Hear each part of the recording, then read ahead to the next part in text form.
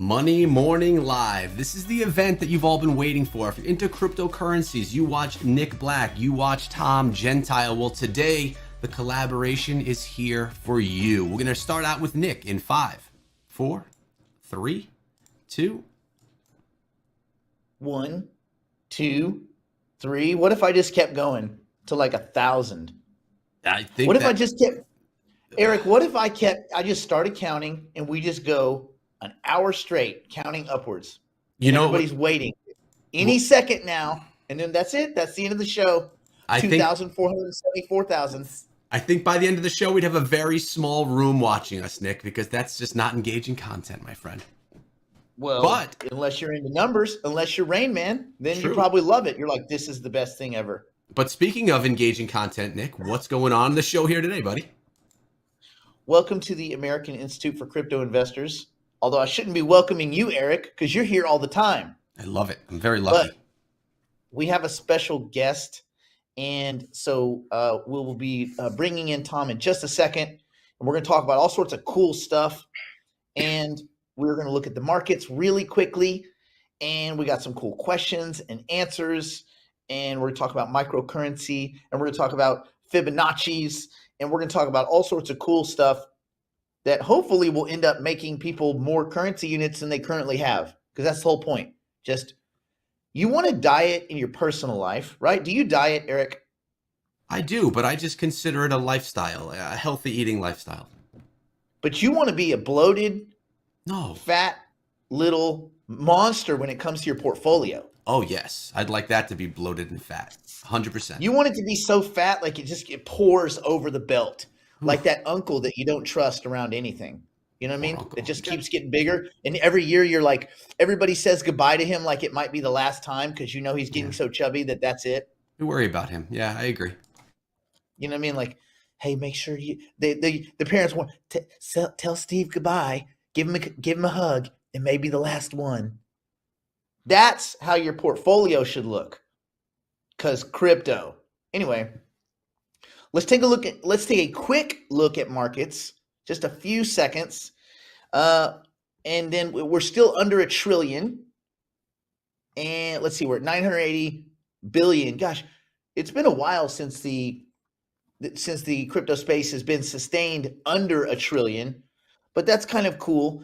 For a lot of people, just quick math. If you ever think that the future of all money, Web3, metaverses, and like crypto assets, digital assets in the entire planet will be just as much as that tiny little gold market, then you have a free 9 to 10x in the crypto space. Like, if you only believe that the entire digital universe of crypto assets will have the utility of dead gold, then there's a 10x. Then the question is like, how do I get a piece of that? How do I make sure out of these 13,000 plus assets that I grab a little piece of that 10x? Because what you would hate to do, which happened a lot during 2019, 2020, and 2021, a lot of people made what I thought were flawed estimations, and they watched the rest of the market climb, but because they were too set in their own kind of ideologue beliefs, they didn't get to participate. Which is bad because they were, people were betting with their heart, and you don't need to do that. These, Eric, what's your favorite football team? I love the New York Giants. Right, but you wouldn't gamble for the New York Giants, right? No, I don't like gambling on sports. That's Kenny. He's the sports gambling guy. I stay away from. And you wouldn't like New York anything. Do you guys have any winning team of any sport at all? The Yankees, man. They win literally every season. Come on. Oh, do they? That's weird because I thought I've heard of a team called the Dodgers. They're not. They're not even New York anymore, are they? No. They're in Los Angeles. Yeah. I'm also. Wait. Did they just win? I'm not a big baseball guy. Just so you know, I'm a football guy. Sorry for my. My point is. Yeah. If you bet with your heart, that would not pay off. So you have to be very careful. In this space specifically, in the crypto space, you have to get out of your own way. You have to leave your ideology and your zealotry and your religion aside, and you have to decide, am I going to be, because we're all a combination of these things. Probably like we're a combination of good and evil, altruism and greed, but also we're a combination of value investor, which is kind of my wheelhouse, and then trader. We all, if there is a trade that presents itself, we'd be silly not to make it. So even though we're value investors, as a for instance, I think I can say this now because we're past this. Eric, throw the chart up there. We made a trade about 2 months ago, and we said, okay, Ethereum's transitioning from proof of work to proof of stake. And while we know that that's not all that interesting, and it turns out that it wasn't all that interesting, it did create an interesting scenario where all of the people with all of this equipment that were mining for Ethereum, meaning they had all these special purpose rigs, mining rigs, and they were simply plugging in and focusing that hashing power, that code crunching power at the Ethereum network to make money. They're going to have to go and do something else. And the something else we thought was probably going to be one of about 3 tokens. It was going to be Raven Coin. It was going to be Flux and Ergo in some distribution. Now, in every still after the sell-offs and the thises and the that's, since we made those calls, we're still up. Every one of them was up over 100%. That's a trade. Anything less than a year, as far as the tax man is concerned, that's a trade. So even though we're value investors, there's going to be macro events that require you to shorten your time horizon. And that's one thing, it's one of the reasons why it was good that we're going to get together with Tom today. Because Tom has become not only just himself like a very kind of specialist in the right now, but he's kind of created this whole suite of very specific software products that allow you to kind of like dial in on the right now. So while I may take a long-term 3-year, 5-year, 7-year look at the crypto space, and those things may pay off, doesn't mean you have to ignore the right now. You have to, like the distribution of good and evil, you have to decide, well, where's my gut at? Am I like 70% value investor, 30% a trader? Okay, then that's where kind of my currency unit should be. Everybody has to make that their own distribution, right? You have your own kind of personality spread, and you also have your goals and like what you want to achieve, and what you think is a retirement amount, things like this.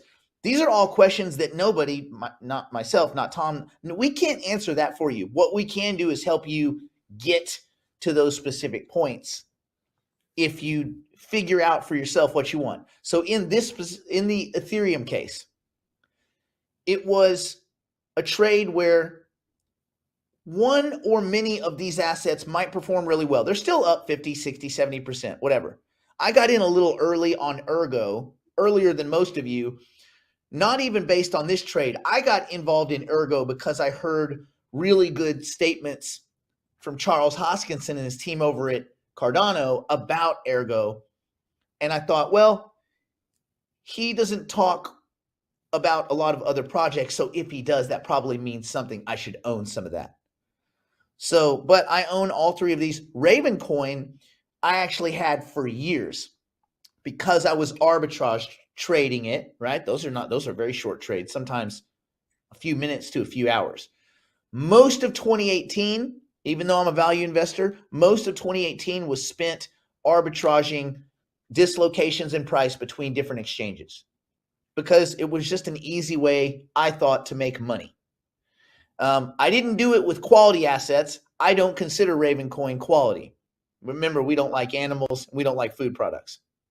But it was an opportunity. It worked. I ended up kind of making, a sustainable amount of Bitcoin by taking my rewards, my Raven Coin, like the disparity, and converting it back to Bitcoin. So essentially, I was mining Bitcoin with Raven Coin. And we're going to talk a little bit about mining and things like that. Eric, should we bring in the Tom? I think that's what this is all about here. Let's bring in Tom. How about right now? There are many Hey, Toms, but this is the the Tom Tom. is here. Tom, what's going on, man? Hey, well, I mean, you know, cleaning up. That's the whole thing going on down here in the Gulf Coast of Florida. And in fact, I said this to you. I said this to you right before I came on. Is there's probably 1,000 other things that I could be doing right now because there's just so much going on down here. In fact, I am. I'm unboarding my mother-in-law's house today. Well, we're taking a team over to do it, but man, it's crazy over here. It's not like California. Little different. Listen, while those storms were pelting you guys, it got down to 61 degrees one of the nights. We had to put plastic around the plants and bring the cats inside because 61 degrees is chilly. I think that was the counterclockwise rotation that stemmed all the way to you and was pulling air down from Canada. Does that sound right? Luckily, it's back up to 90 degrees, so we'll be fine. Yeah. So we even got some cold weather right after the storm. We were going down into the high 60s, and that was a welcome change. We don't see any rain coming for probably a week. And so we need it. We really need, we don't need the rain. We need to dry out is what we need to do. But hey, that's not what we're here for today. So anyway, yeah, it's good to be here. You and I have been wanting to do this for a long time, and we're actually combining shows. So those of you that are with Nick and AICI right now, we're not done in 15 minutes. We're actually going to just bleed right over into my show and take this thing to 12:30. So one of the reasons we wanted to get together, I kind of talked about it a little bit in the beginning, that there is a distribution in everyone. Everyone is not purely a value investor or purely a trader. Well, maybe Warren Buffett.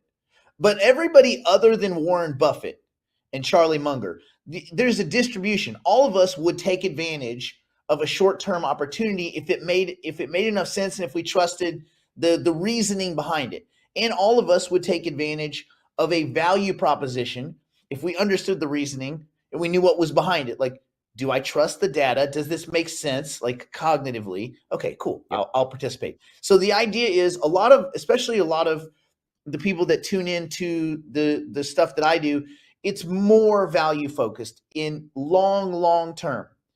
Kind of this somewhat fire and forget mentality. But that's not the only way to trade. That's certainly not the only way to make money. And you've been doing really, really good. And I kind of wanted to get into that because I don't want people to think that there's only one way to succeed. There's right. Many paths to nirvana. And I think that people would do really well to understand, my community would do really well to understand how you see the crypto space, how you see the world, right? Like you had, all of these people look at the same, we have the same data.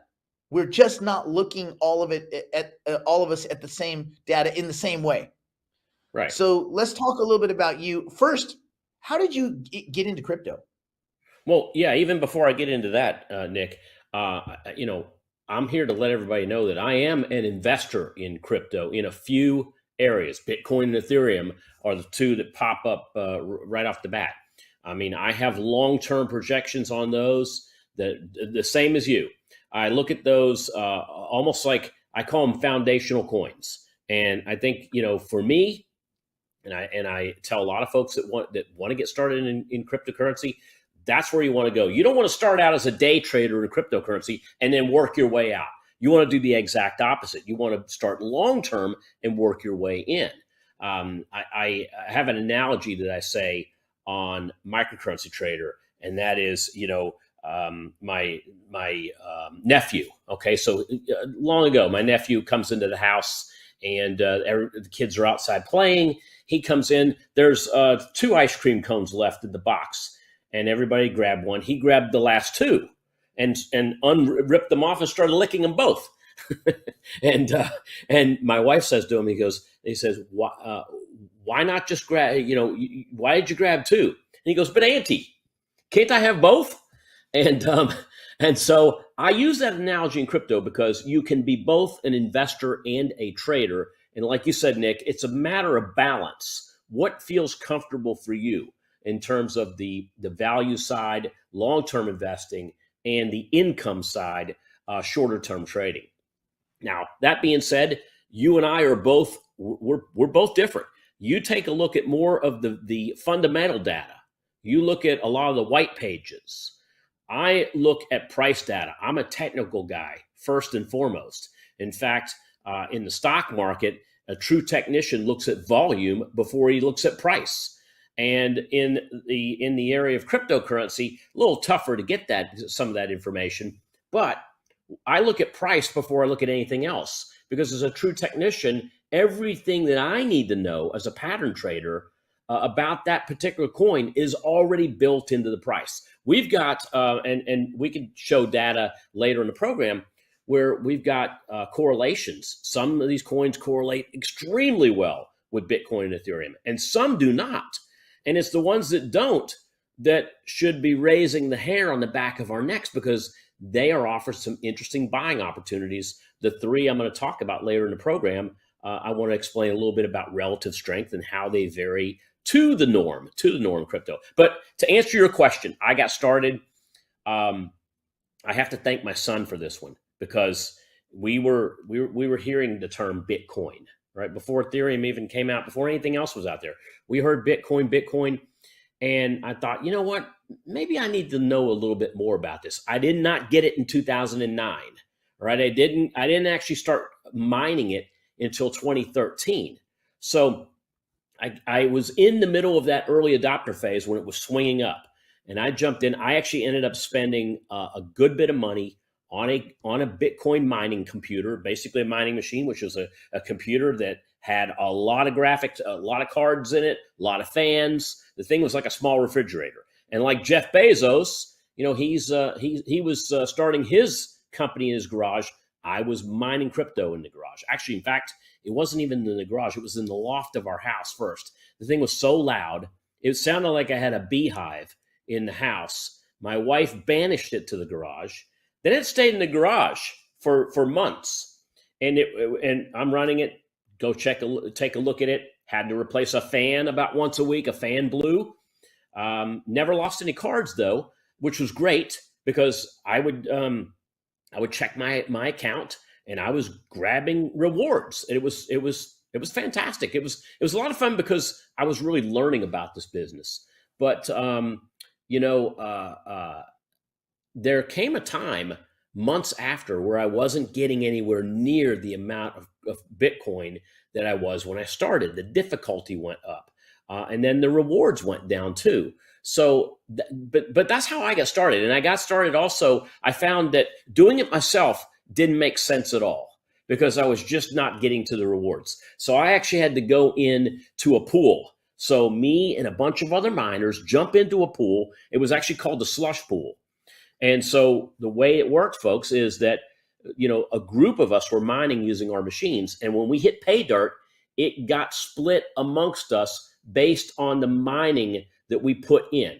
So if my machine did let's say 5% of the entire pool, when the rewards were hit, I got 5% of the rewards. So you got out what you put in when we hit pay dirt. That's how I got started. Do you think, Tom, that I don't think, me personally, that mining makes sense anymore. I've always, because I experimented like you did. I had the rigs going. I had Litecoin miners. Now, let me caveat this. My brother mined over 2,000 Bitcoin. Wow. So his perspective is different. He was one of the early miners, and actually he tried to get me to pay attention to Bitcoin, but I was far too smart for that. Hey, so I had to wait. Quick question. Did he sell any? He sold some of them, but he owns he makes good. lightsabers in Austin. He owns houses and stuff. He did good. He's not one of those, I'm going to hold on. He's not Max Kaiser. I'll never sell. He's not one of those guys. Yeah. So he sold along the way. He bought some houses, and he's doing fine. But it took me, I didn't come around so quick. Also, I don't think he really knew. Well, no one knew. Everyone guessed. I don't think he really believed that maybe Bitcoin was what it would eventually turn out to be. He still has some Bitcoin left. I looked at it by the time I did get into mining, but it was years later. And and this is probably late 2016, early 2017, I was buying, I don't know if you were buying ant miners and things like that from Bitmain, where we had to order them from China and not like smuggle them in, but you had to like say, this is a radio, like on the customs stuff, because they didn't know what it was. So they ship all this weird boxes in, you plug them in, they're very loud, they're very hot too. People don't know. These suckers are hot. They're like little heat machines. And so I had about 12 of these. I had 12, I think L6s, which were Litecoin miners, and like D3s, which are Dashcoin miners.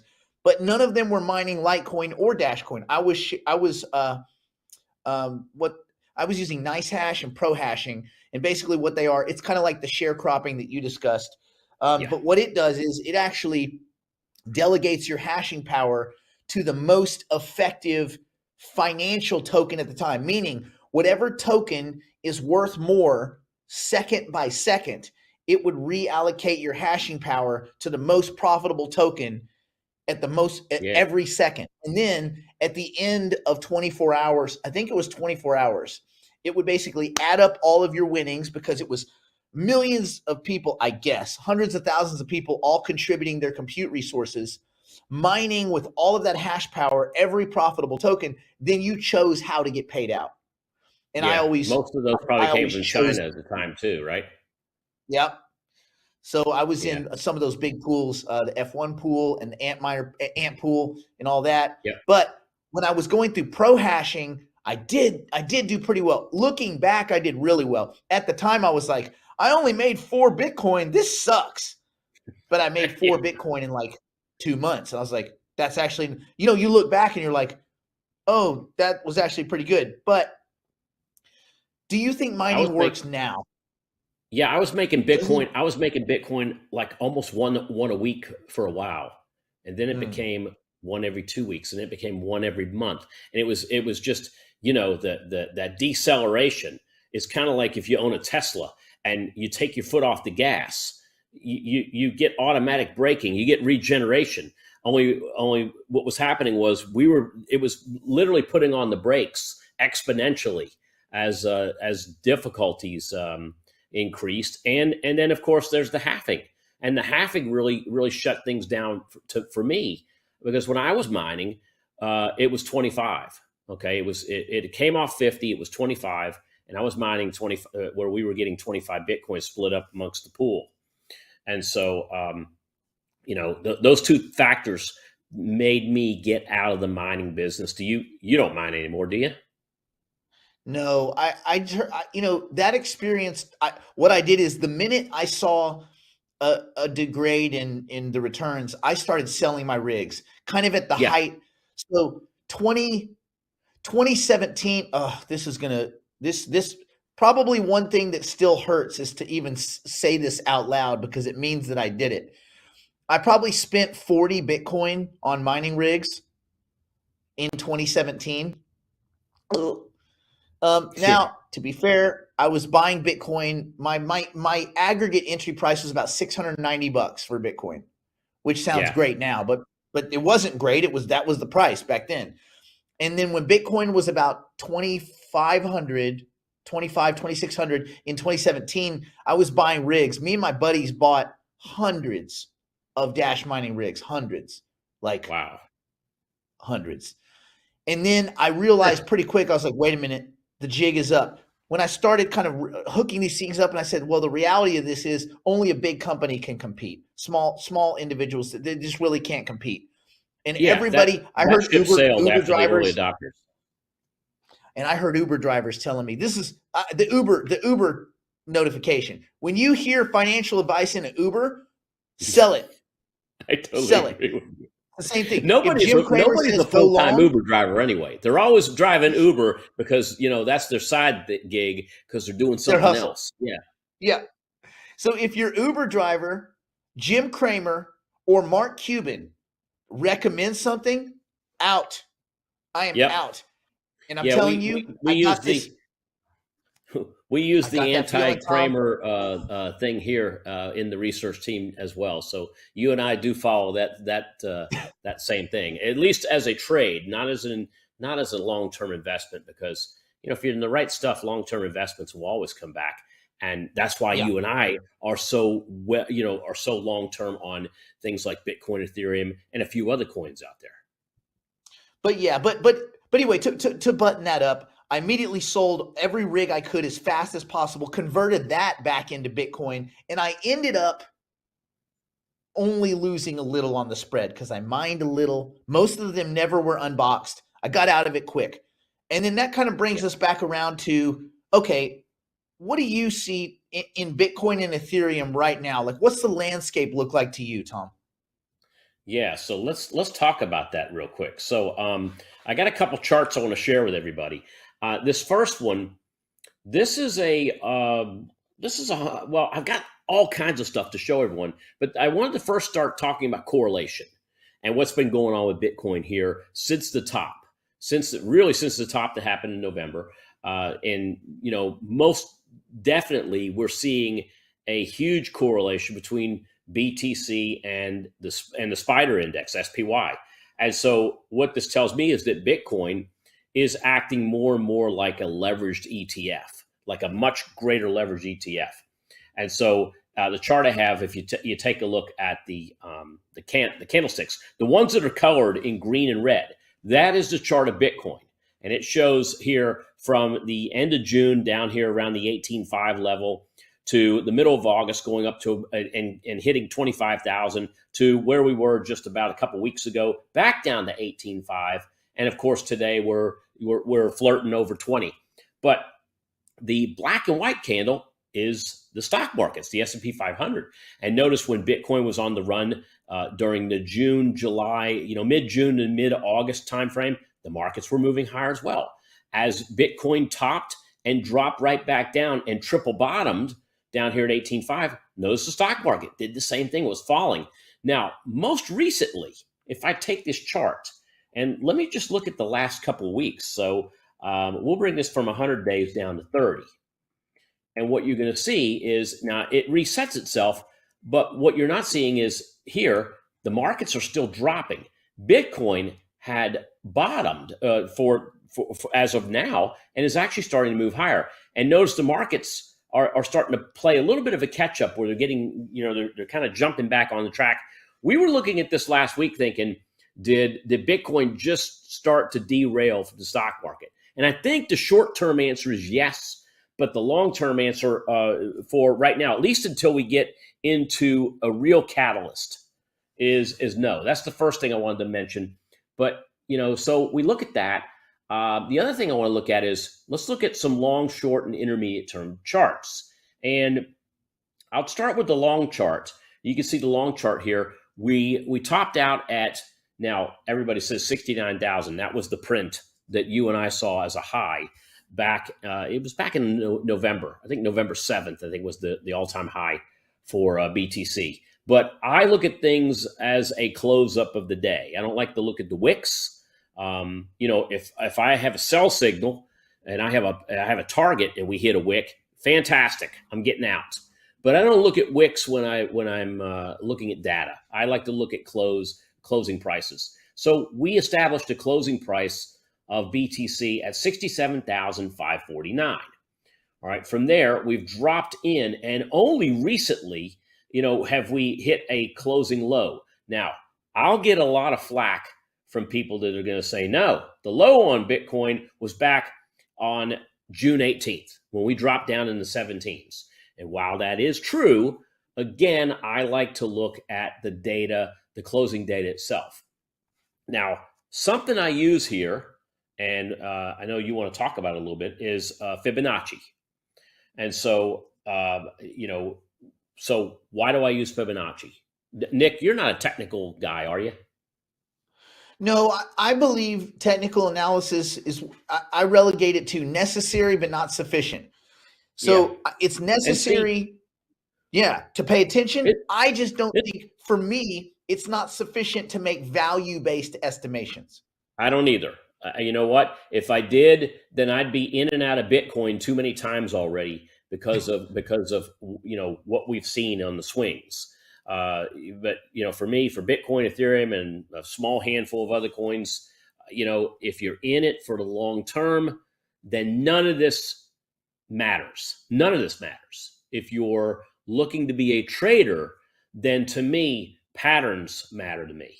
And so, I look at Fibonacci as the long-term landscape. I look at, it's the 40,000 foot view. When you're looking at it, you're flying from, let's say you're flying from LA to Florida, which you did recently. You came down to see me and we were kind of hanging out at the Pink Palace. You look out your window and you see everything from the 35,000, 40,000 foot view.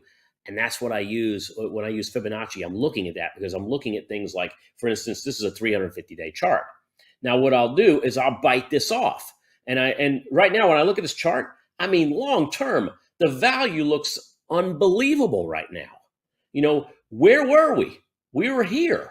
We're coming up, Nick, into a year now from the all-time highs. And it doesn't bother me.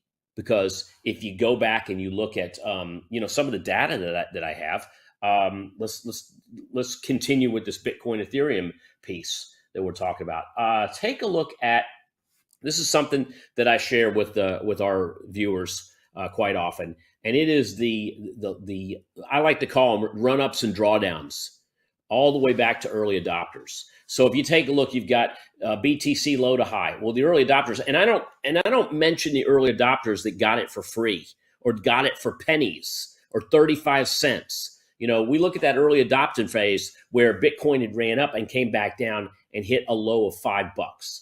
And then from there ran up to 1,200. This was that time from about 2011 to 2014.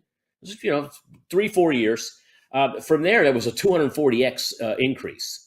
Now, from 1,200, we dropped down to 152.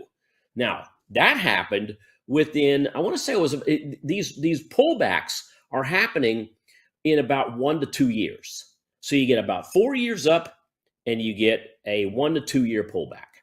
Then you're back on the train. So, think of Bitcoin and Ethereum, and I know you do, but the folks who are watching us, think of it as like 2 steps forward and 1 step back.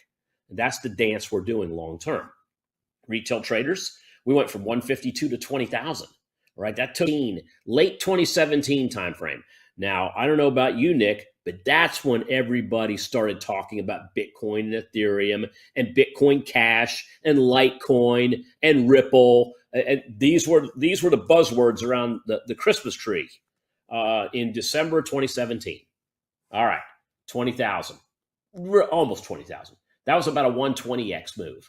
Then we dropped from 20,000 down to 3,300. That 3,300 actually got hit. We hit 3,300, I believe it was in 2019. And then we came back down again to, I think it was around 3,800. That was during COVID, March of 2020. From the 3,300 level, obviously now we saw 69,000. That was last year. That was a 21x move off the low. Nowhere near what I thought it was going to do. So now we got to look at drawdowns. And you look at drawdowns, you say, all right, early adopter drawdown, 88% move. Retail, 84%. Institutions, right now, we're coming down to 18,000. That was a 74% drawdown. It's possible we could get down more. In fact, if we came down to around the 15,000 level, we would be somewhere in the low, in around 80 to 81% drawdown off the highs. And that, to me, would be congruent with what we've seen in early adopter phase and retail phase. So these are the things we look at. And the questions I ask is, did we hit a bottom recently? And number two, do we even hit a parabolic top? So when I look at BTC and ETH, and we could do the same thing with ETH too, but those are the things that I look at in terms of the long term. Now, short term, okay, so we're looking at income. Nick, do you believe we can make income in a down market with altcoins? 13,000 plus coins. They're not all going down. They're not. Let me show you something else. So these are just coins on Coinbase. This is something I run. We have a crypto analyzer, and what we do with our crypto analyzer, we look at correlation. And so I look at all these coins right in here. All right. Some of them, these symbols very well, but I run all the ones off of Coinbase. And then what I do is I run list 2, and list 2 is I want to correlate all of this to Bitcoin. And then I'll run it as a high correlation. There's like 200 plus coins on here. So we know wrap Bitcoin and Bitcoin are going to correlate well. Bitcoin correlates 100% with Bitcoin. Okay, great. Then you see things like Stormjay's on here, Mana's on here. These are, a MySgo, 84%. That's what this number here tells me. 84% in the last 50 days. I can set this thing for any number of days I want. I could run highly correlated. I could run inverse correlations. I could run random correlations. But if I take this all the way to the other end, which is where we want to go, let's scroll on over here to the 200s. There we go. So out here, you'll see, now forget these ones at the end. This is the ones I'm more interested in. There's some tethers on here. Here's Tribe. Take a look at Koval. Koval is one of the 3 coins I want to talk to you about before we end the hour. And look at Koval. One of the reasons we like Koval is because of the anti-correlation rate that's going on with it right now. It's, as I look at +1 to -1. If it's +1, it's running 100% with Bitcoin. If it's -1, it's running completely the opposite of Bitcoin. Anywhere near 0, it's randomly correlated. It's going to move unto itself. And to me, those are great tradable coins because you do you shave off some of the risk, that correlation risk that you have with Bitcoin and Ethereum. And so this is one of the 3 that we have on the screen. I mean, but you can look through here. Poly's on here. Ocean. Now, I heard you say I don't like animals. What's the other one? Memes and animals, right? No animals, no food products. No food products. Okay. But you know what? You can trade. There's only a few rules in value investing, Tom. They're very simple. 1, no animals. 2, no food products. And 3, if there's more than 2 Russians on the team, I'm out. Ah, yes. Da. Okay. So, but the thing is that there's no reason you can't trade them because again, what we're looking for a completely different subset of data as traders than you are on the value investing side. And so to me, it's, got to fit some criteria. It's got to have some decent market cap because you don't want to be a big fish in a small pond as a trader. I've been there and done that before. Trading penny stocks. A lot of reason people trade penny stocks is because they feel big, knowing they can go in and buy thousands and thousands of shares. But unfortunately, if you are a big fish in a small pond, it's going to be hard getting in. It's even going to be harder getting out. And so that's a rule we use as traders.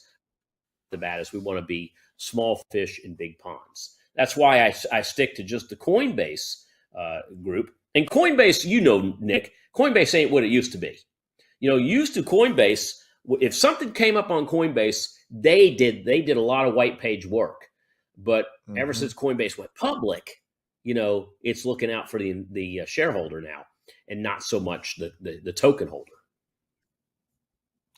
Yeah, the Coinbase effect used to be anyone, if you knew something was going to list on Coinbase, it was a guaranteed 100, 200, 500% run. And that makes sense if you look back years back when there was it was Bitcoin, Litecoin, Ethereum, and then Bitcoin Cash. Oh my God. I mean, like that. And that's just 2017. That's not that long ago. Yeah. But exactly. It makes sense, right? As more and more assets list on Coinbase, the effects are more muted. It's not as exciting. It's not as interesting. And now you have tons of tokens. They don't even ever get to Coinbase, and they do just fine. Yeah, and let me just finish up with so what I do is I take a long-term approach with Fibonacci. Then what we start doing is we start breaking it down. You see this high right here? This was that rebound high that went from, I think, end of January to about the beginning of April. And that was when Bitcoin was down in the mid-30s, ran back up to almost 48,000. And then the next move down happened. So what I cut this off.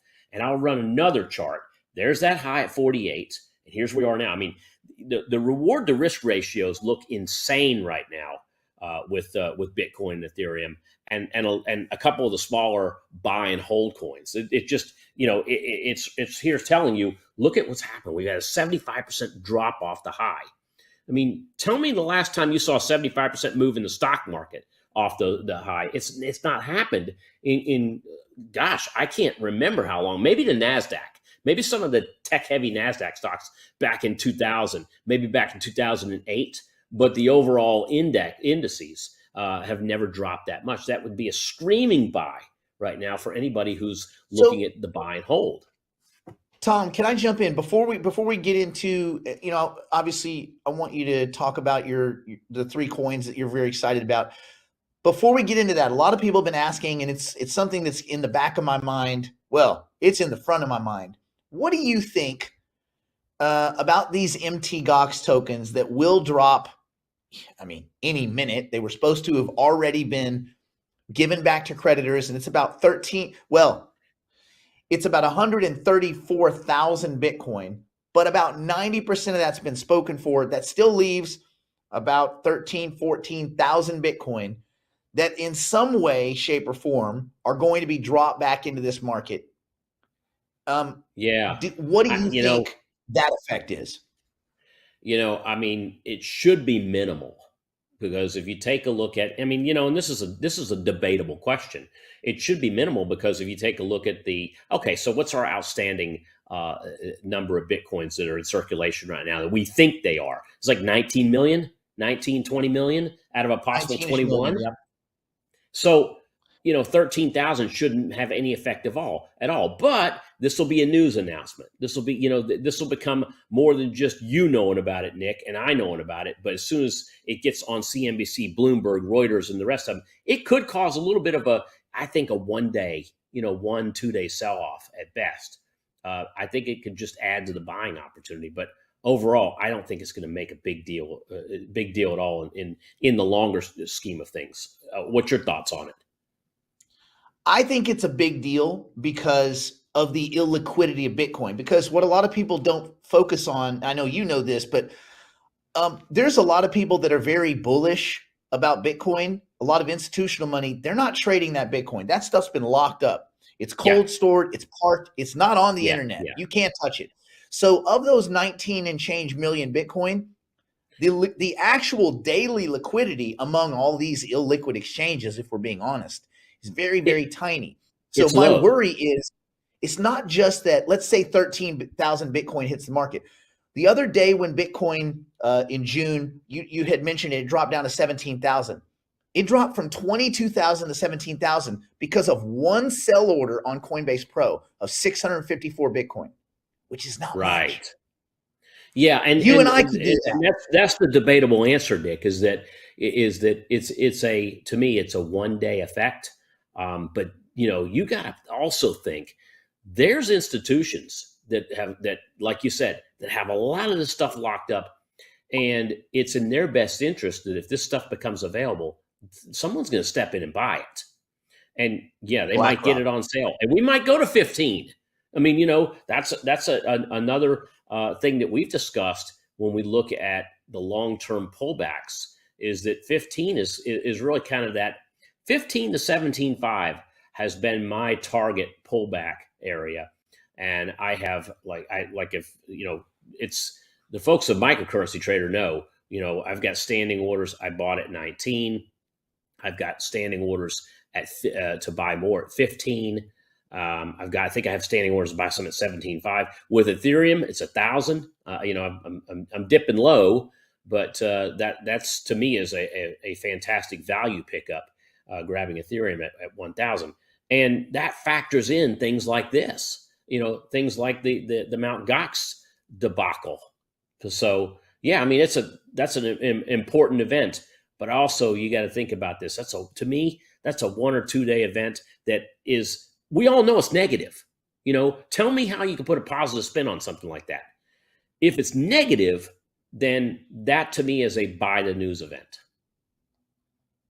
Yeah. And I also think, and this will kind of be my final thought, is that it's the last negative for Bitcoin, and that might be positive for the overall market. For instance, you know, for those of you that have been in a relationship where you know it's probably at the end and you've done something unforgivable, like you've come home with like glitter on your shirt, the kind of glitter you only get at certain places. You're busted. That's right. There's lipstick smudge. It's over. Yeah, it ain't Party City.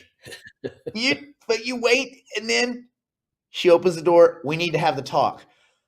Okay, well, at least now we've bottomed out, right? So I think there's something very positive about the last big shoe dropping for Bitcoin, the last black swan.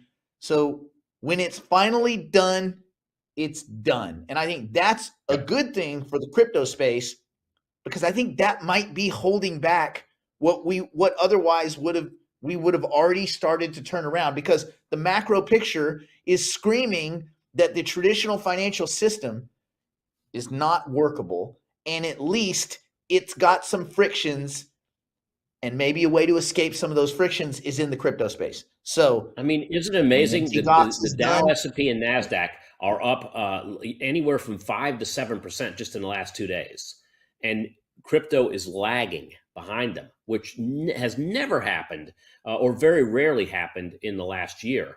And so, what you're talking about could be the factor of why that lag is happening. And then I have one more chart I want to show everybody, because like you said, this could be the final negative shoe to drop, because this is the halving schedule. And you go back and you look all the way to 2011, and you have a halving that occurred at the end of 2011. You had a halving that occurred at the end of 2012. You had another halving that occurred in the middle of 2016.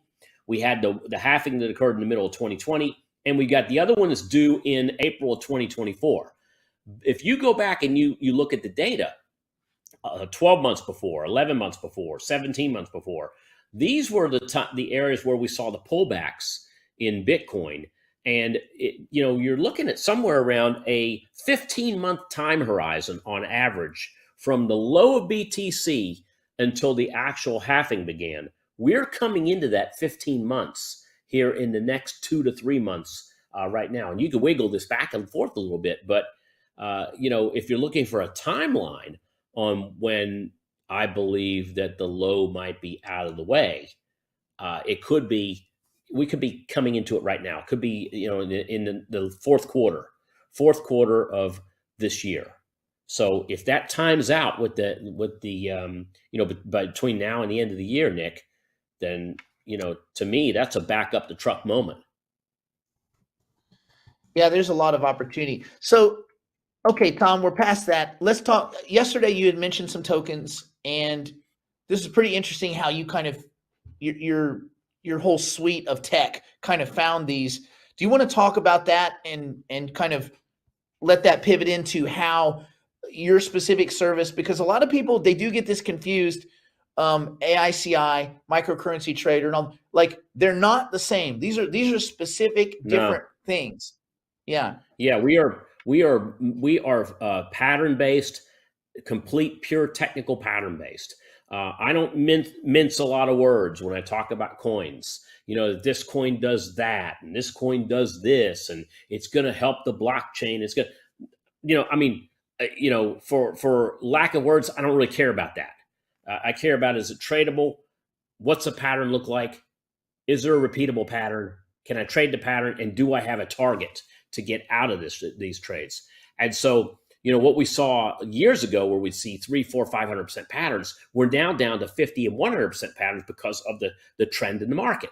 But let's go ahead and let's hit those real quick, because I know that you and I could talk the rest of the afternoon, Nick, and we still wouldn't be done. But we'll start with COVAL. So I'm going to bring up COVAL. Now, and I detailed what these things do, but I want to share with you. Look at that chart. All right. What this chart shows us is, we got this bump up, and this is the last 115 days. But you're seeing COVAL kind of moving around the 0.012 cent level. All right, 1.2 pennies, folks. And if you're at 1.2 pennies, and the next day you're at 3.25, that is more than a double. All right. I mean, that's 250% in one day. Why not take some money off the table?